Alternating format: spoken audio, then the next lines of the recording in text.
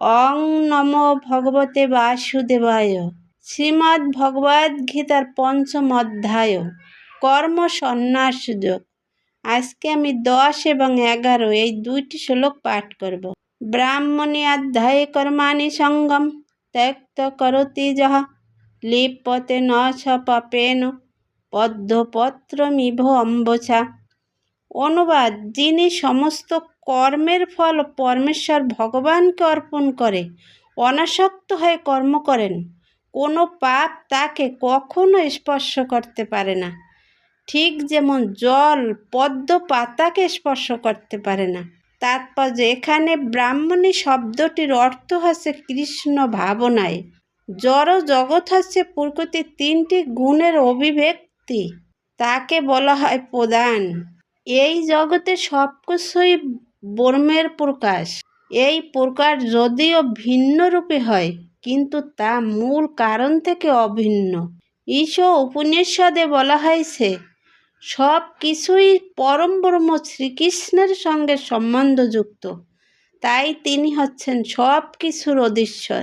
যিনি এই সত্যকে পূর্ণরূপে উপলব্ধি করতে পেরেছেন এবং এই উপলব্ধির ফলে সব কিছুই ভগবানের সেবায় নিয়োজিত করেছেন, তিনি কোনো অবস্থাতেই পাপ পুণ্য কর্মফলের বন্ধনের দ্বারা আবদ্ধ হন না।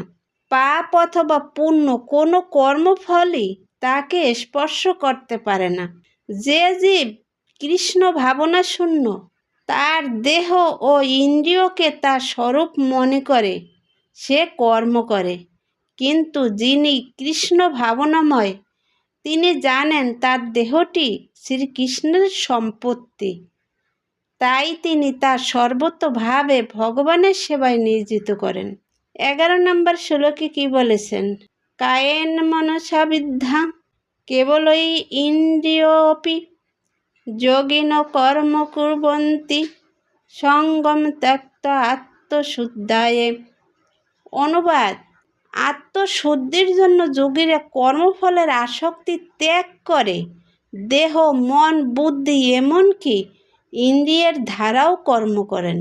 তাৎপর্য: কৃষ্ণ ভাবনায় উদ্বুদ্ধ হয়ে ভগবান শ্রীকৃষ্ণ ইন্দ্রিয় তৃপ্তি সাধন করার জন্য শরীর মন বুদ্ধি অথবা ইন্দ্রিয়ের দ্বারা যে কর্ম অনুষ্ঠিত হয়, তা জীবকে জড়জগতের কলুষ থেকে মুক্ত করে।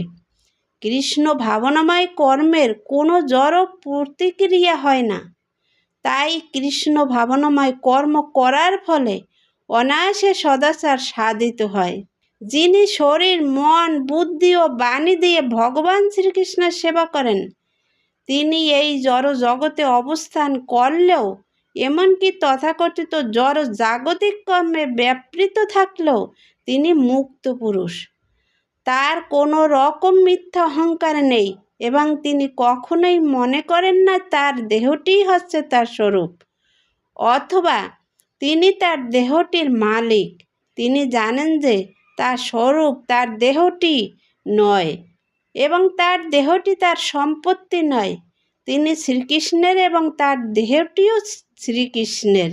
যখন তিনি তার দেহ মন বুদ্ধি বাণী জীবন ধন আদি সবই ভগবান শ্রীকৃষ্ণের সেবায় নিবেদন করেন, তৎক্ষণাৎ তিনি সর্বতোভাবে কৃষ্ণগত প্রাণ। যে মিথ্যা অহংকারের প্রভাবে মানুষ মনে করে তার দেহটি হচ্ছে তার স্বরূপ, কৃষ্ণ ভাবনায় তন্ময় থাকার ফলে তিনি সেই অহংকার থেকে সম্পূর্ণ মুক্ত হন। এটি হচ্ছে কৃষ্ণ ভাবনামৃতের পূর্ণ বিকশিত অবস্থা। জয় গীতা। হরে কৃষ্ণ। রাধে রাধে।